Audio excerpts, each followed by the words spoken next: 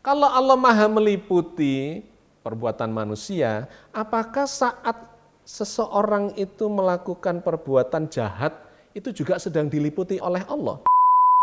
Katakanlah contohnya mencuri, apakah diizinkan oleh Allah? Loh ya diizinkan oleh Allah. Kalau nggak diizinkan ya dia nggak bisa mencuri.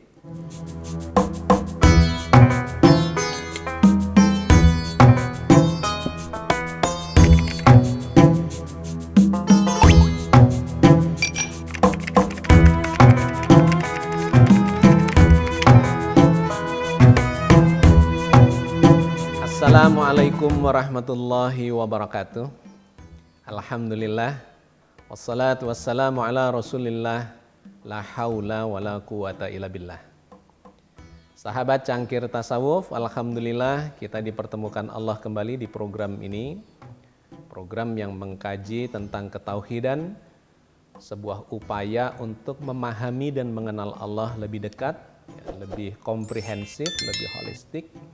Yang mudah-mudahan itu akan menghantarkan kita untuk semakin mendekatkan diri kita kepada Allah, mengukuhkan ketauhidan kita, dan kapanpun kita kembali kepada Allah dalam kualitas ketauhidan kita yang paling baik. Amin.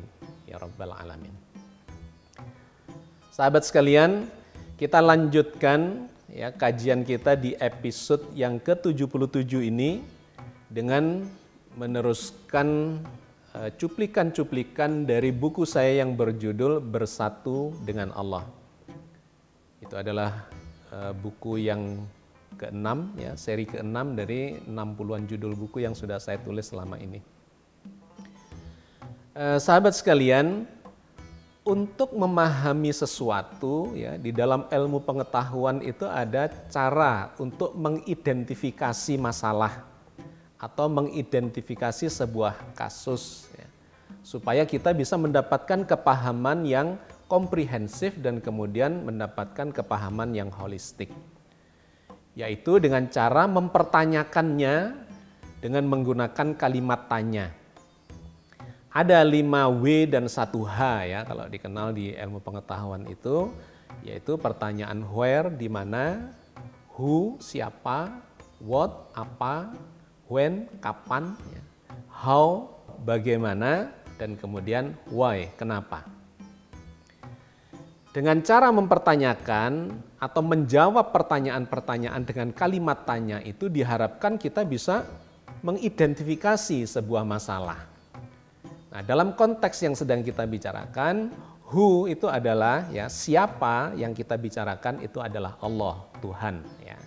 Satu. Yang kedua, kemudian kita mempertanyakan where, di mana. Kita sudah melakukan kajiannya. Kemudian kita lanjutkan lagi dengan pertanyaan yang berbeda, what, apa. Kemudian when, kapan. How, bagaimana. Dan kemudian yang keenam adalah why, kenapa. Dari 6 pertanyaan itu, yang 5 itu bisa dijawab secara saintifik. Secara saintifik itu menggunakan pendekatan yang logis, empirik, analitik, rasional, jawabannya pasti. Sedangkan yang 1 itu tidak bisa dijawab dengan pendekatan saintifik, melainkan dengan menggunakan pendekatan yang filsafat. Jadi 5 yang bisa dijawab secara saintifik itu adalah pertanyaan di mana, kapan, apa, dan siapa, kemudian bagaimana. Itu bisa dijawab secara saintifik. Pertanyaan di mana misalnya, itu kita bisa menjawab dengan lugas, secara saintifik pasti. Di mana dia? Bisa di sini, bisa di situ, bisa di sana, atau berjarak 10 km, atau dalam jarak sudut sekian derajat. Itu adalah pertanyaan di mana yang bisa dijawab secara saintifik. Yang kedua, pertanyaan apa? Itu juga bisa dijawab secara saintifik. Apa itu menjurus kepada benda, kepada materi, kepada energi yang kita juga sudah melakukan kajiannya. Bisa dijawab secara saintifik. Yang ketiga, kapan? Itu adalah ukuran waktu, juga bisa dijawab secara saintifik. Kapan? Kemarin. Kapan? Sekarang. Kapan? Besok. Kapan? Dulu, sekarang, dan nanti. Ya. Berapa jam, berapa hari, berapa tahun. Itu adalah jawaban atas pertanyaan kapan. Kemudian yang berikutnya lagi adalah pertanyaan bagaimana. Ini yang akan kita kaji pada kesempatan episode kali ini. Itu juga bisa dijawab secara lugas, secara saintifik.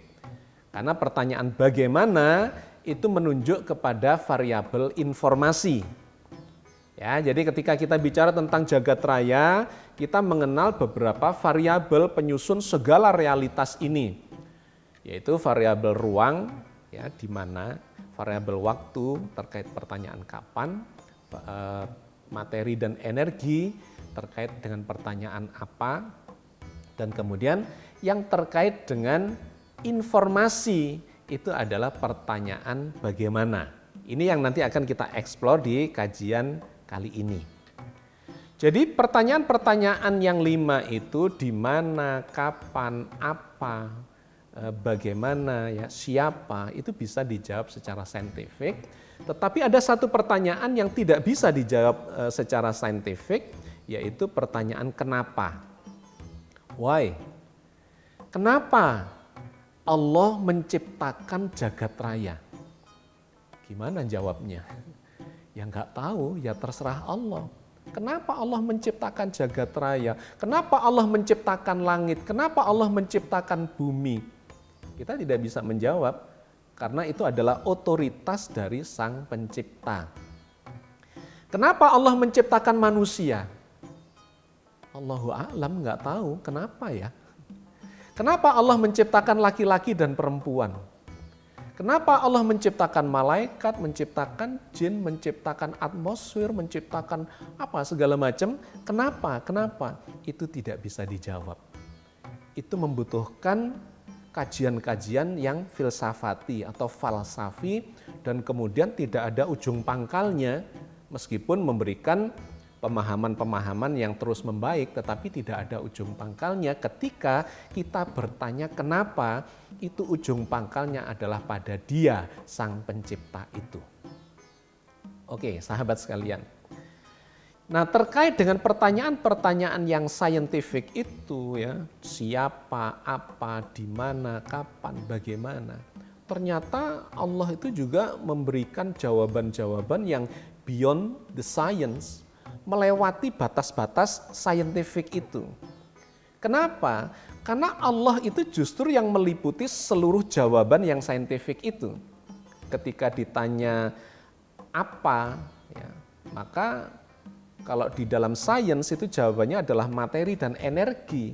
Tetapi Allah itu bukan materi dan energi, melainkan sumber dari materi dan energi itu. Atau dengan kata lain, Allah meliputi materi dan energi itu.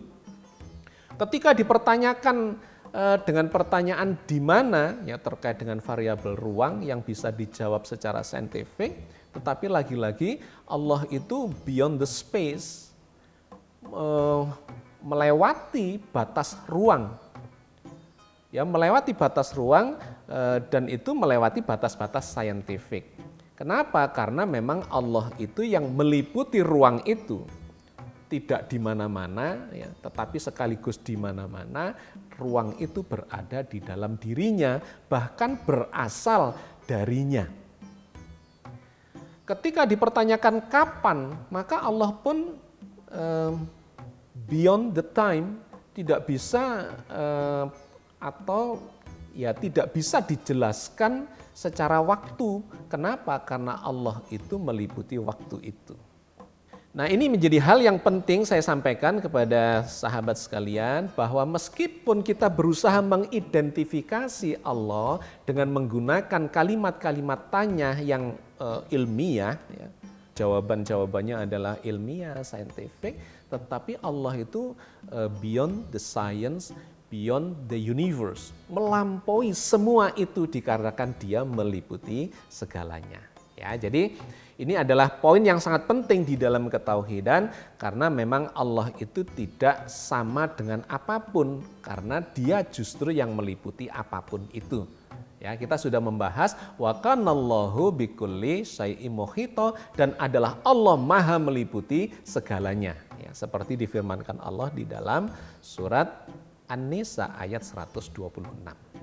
Oke, sahabat sekalian, itu yang pertama. Yang kedua, kali ini kita akan mencoba menjawab pertanyaan bagaimana. Ya, jadi kita mencoba mengidentifikasi secara komprehensif dengan berbagai pertanyaan, meskipun jawabannya itu menunjuk kepada sebagian saja dari pemahaman terhadap eksistensi Allah. Ibaratnya kita ini berada di dalam ruangan yang besar, rumah yang sangat besar misalnya, gedung yang sangat besar, di mana kita tidak punya peluang untuk keluar dari gedung itu, maka bagaimana cara Anda mengidentifikasi bentuk gedung itu?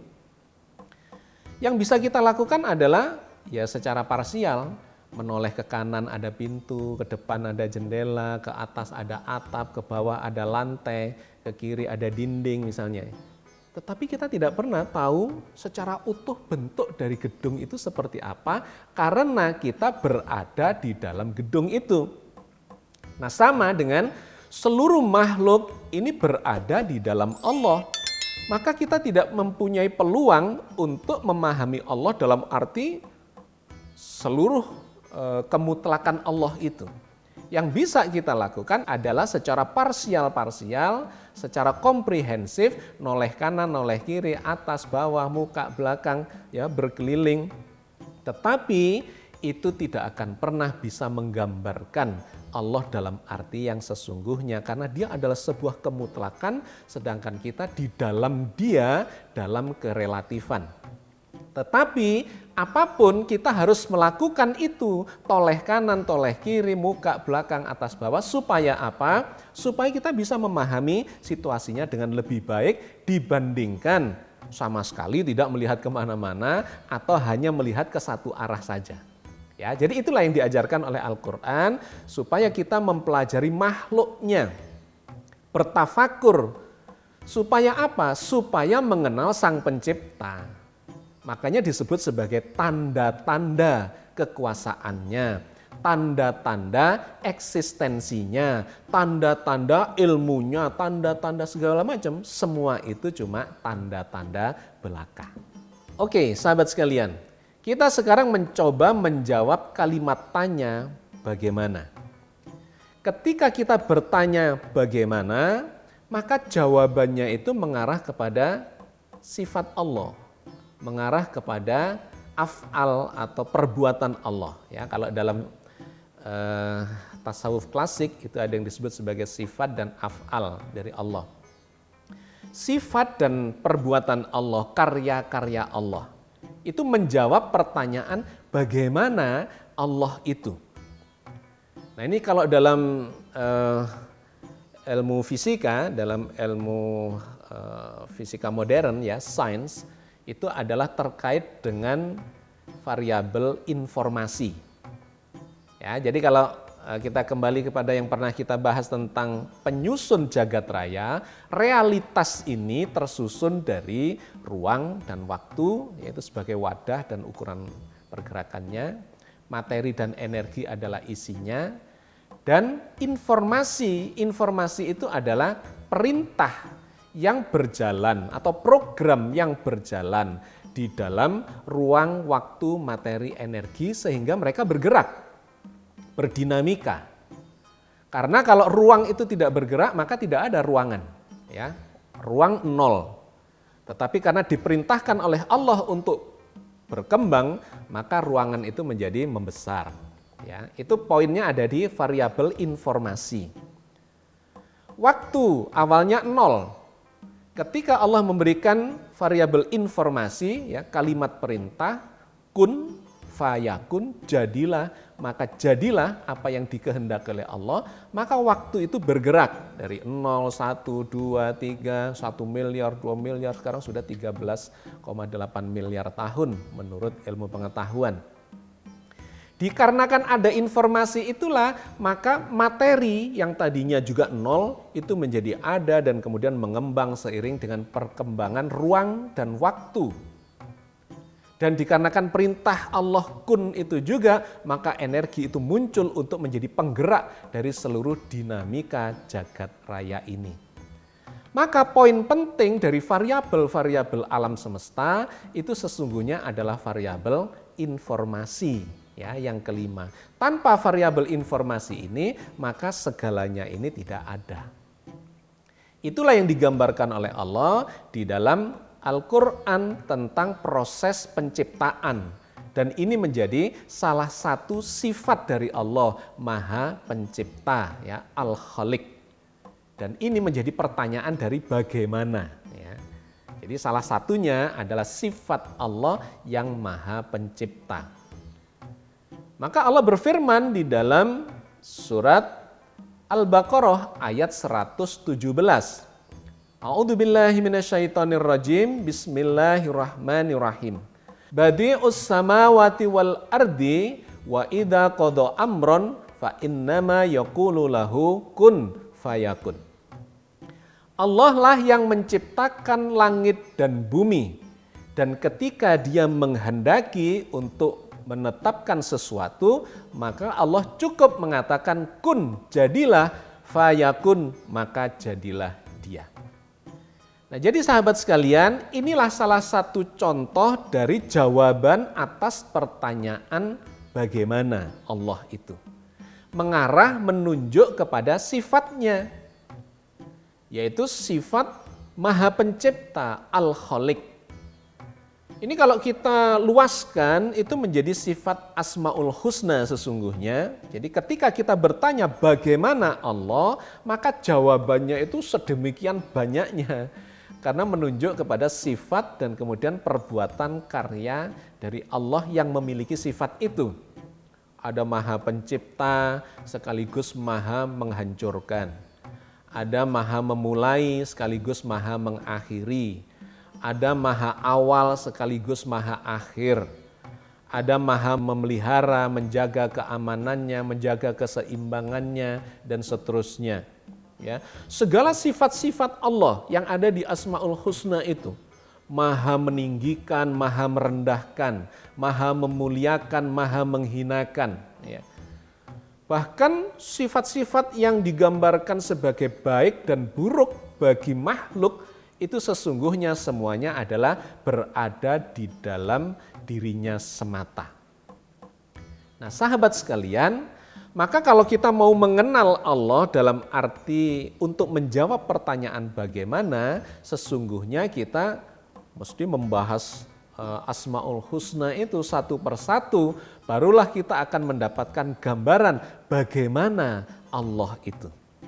Ya, tetapi dalam kesempatan ini karena sangat pendek waktunya, maka kita ambil bagian-bagian yang pokok-pokok saja untuk menggambarkan tentang bagaimana itu.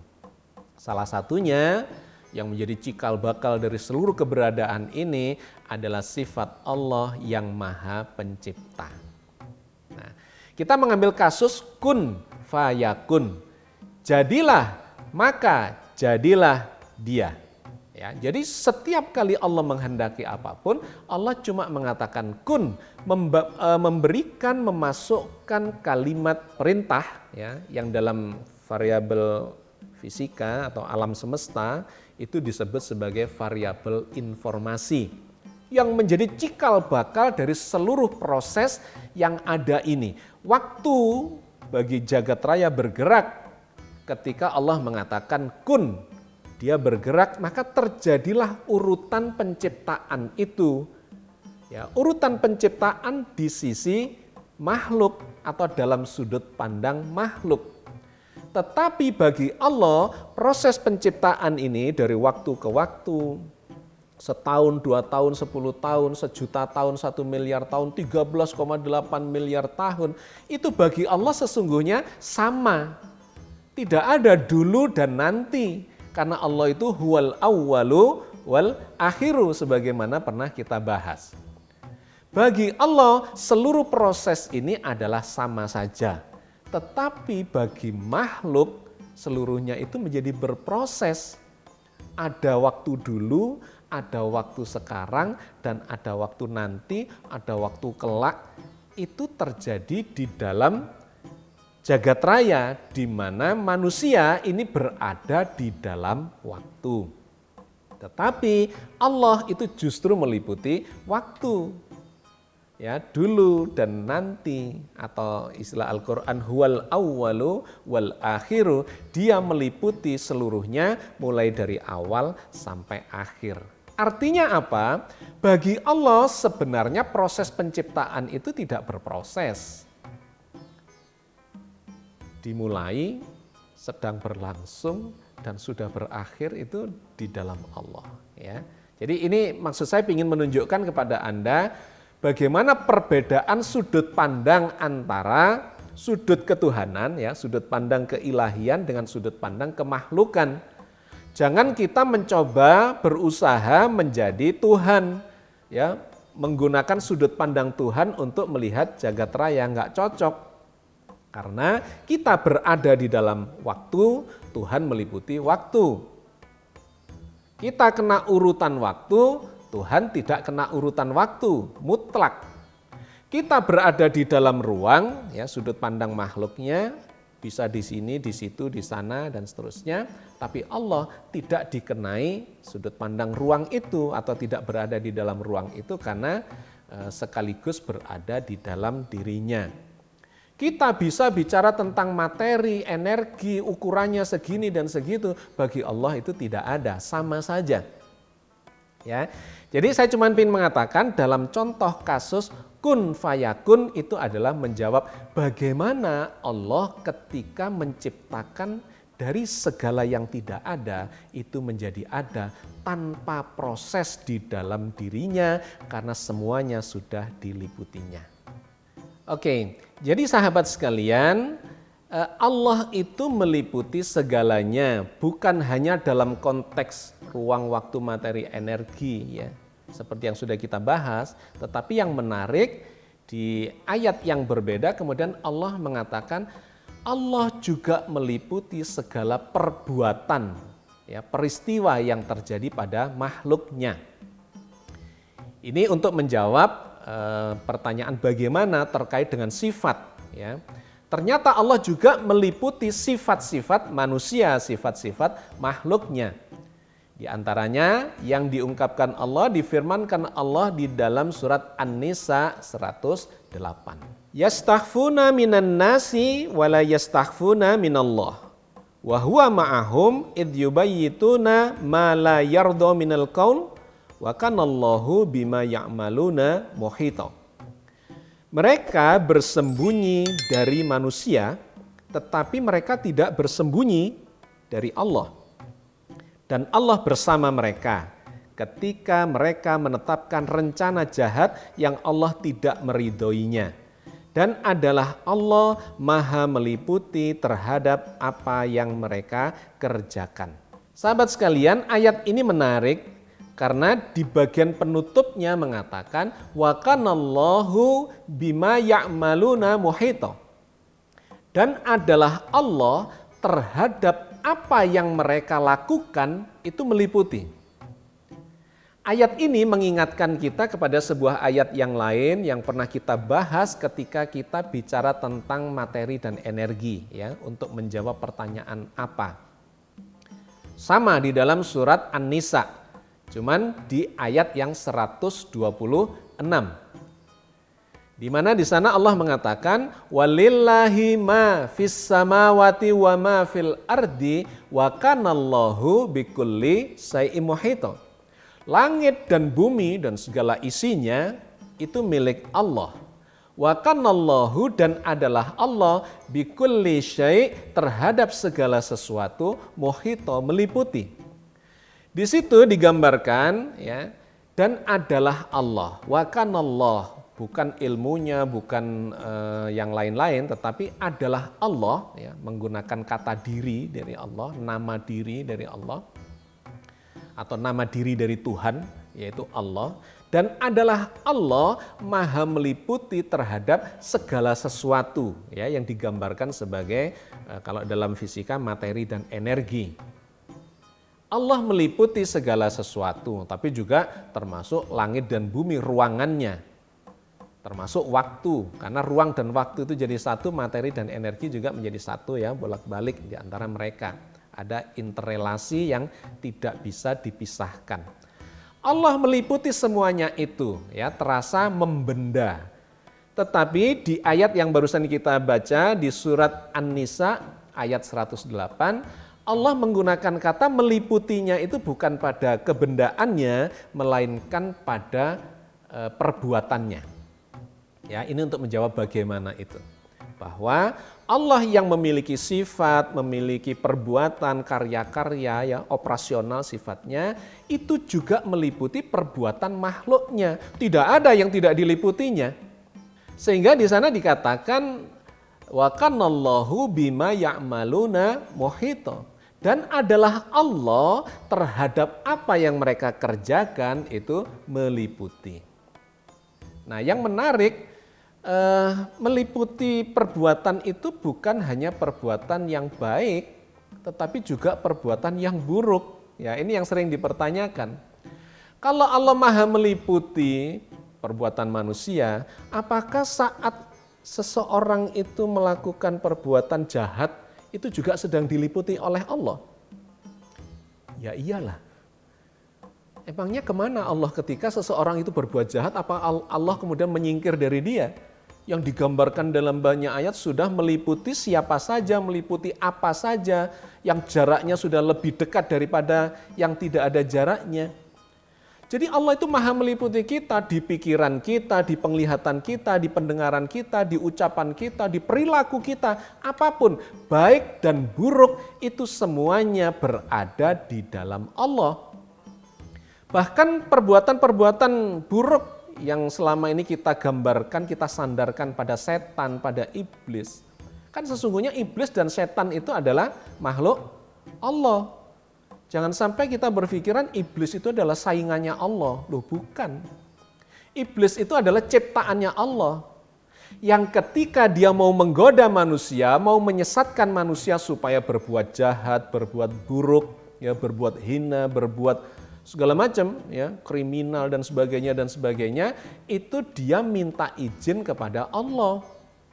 Ya Allah, izinkan saya untuk berumur sampai akhir zaman ya, sampai hari akhir supaya aku bisa menyesatkan mereka. Apa yang dilakukan Allah? Diberi izin. Ya diberi izin, iya kamu diberi umur, ditangguhkan kata Al-Qur'an usianya sampai berakhirnya jagat raya ini. Jadi dia ciptaan Allah, perbuatan buruknya diizinkan oleh Allah. Bahkan ada di ayat yang lain mengatakan, ya Allah demi kemuliaan-Mu, ya, demi keagungan-Mu akan aku sesatkan manusia itu. Coba, iblis itu menyesatkan manusia dengan bersumpah demi keagungan-Mu, demi kemuliaan-Mu akan aku sesatkan manusia. Dan kemudian di ayat yang lain lagi Allah mengatakan, dan tidaklah iblis itu kecuali tugasnya untuk membuktikan bahwa seseorang itu beriman atau kafir terhadap Allah. Jadi sesungguhnya iblis, setan itu adalah ciptaan Allah, ditugasi oleh Allah untuk menguji manusia, untuk memperjelas siapakah orang-orang yang baik dan siapa orang-orang yang buruk. Maka suatu ketika ada seorang kawan bertanya kepada saya, Pak, sebetulnya mencuri itu diizinkan oleh Allah apa enggak? Perbuatan-perbuatan yang tidak baik, ya, yang buruk, yang jahat, yang merugikan, ya, katakanlah contohnya mencuri, apakah diizinkan oleh Allah? Loh ya diizinkan oleh Allah. Kalau enggak diizinkan ya dia enggak bisa mencuri. Mau mencuri begini tangannya cuma gini saja. Karena tidak diizinkan oleh Allah. Mencuri itu diizinkan, merampok diizinkan, membunuh, perbuatan yang jelek-jelek ya, segala macam sebutlah perbuatan yang jelek apa saja. Diizinkan oleh Allah, kalau nggak diizinkan itu nggak bisa terjadi. Tetapi Allah menentukan hukum. Kalau seseorang melakukan kejahatan ada hukumnya loh ya. Ada balasannya loh ya. Mencuri ada balasannya, berzina ada balasannya, menyakiti orang ada balasannya, apapun ada balasannya, ada hukumnya. Nah terserah kalian mau melakukan perbuatan jahat yang nanti akan merugikan kalian sendiri, ataukah melakukan perbuatan baik yang nanti akan membahagiakan diri sendiri. Begitulah sebetulnya drama kehidupan kita ini. Jadi ada di forum kita yang bertanya, loh Pak, apakah orang-orang yang berbuat jahat, berzina dan sebagainya itu diliputi oleh Allah? Ya pasti. Allah sedang hadir bersama dengan dia, dimanapun dia berada, apapun yang dia lakukan, rahasia maupun terbuka untuk umum, itu semuanya diliputi oleh Allah. Dan di situ bahkan para malaikat itu juga hadir. Jadi hati-hati Anda, kita semua. Jangan kemudian toleh nggak ada siapa-siapa nih, kemudian melakukan hal-hal yang tidak baik. Oh salah besar dia. Para malaikat sedang berada di dekatnya dan Allah juga sedang berada di dekatnya, lebih dekat daripada urat lehernya, lebih dekat daripada yang tidak ada jaraknya itu. Dimanapun Anda berada, di tempat yang kotor, di tempat yang bersih, di tempat yang jorok, di tempat yang mulia, di tempat yang hina, semuanya itu adalah ciptaan Allah. Baik dan buruk itu berlaku buat manusia, berlaku buat makhluk, tetapi tidak berlaku buat Allah. Mulia dan hina itu adalah bagi makhluk. Bagi Allah itu nggak ada bedanya karena semua adalah ciptaannya semata dan berada di dalam dirinya semata.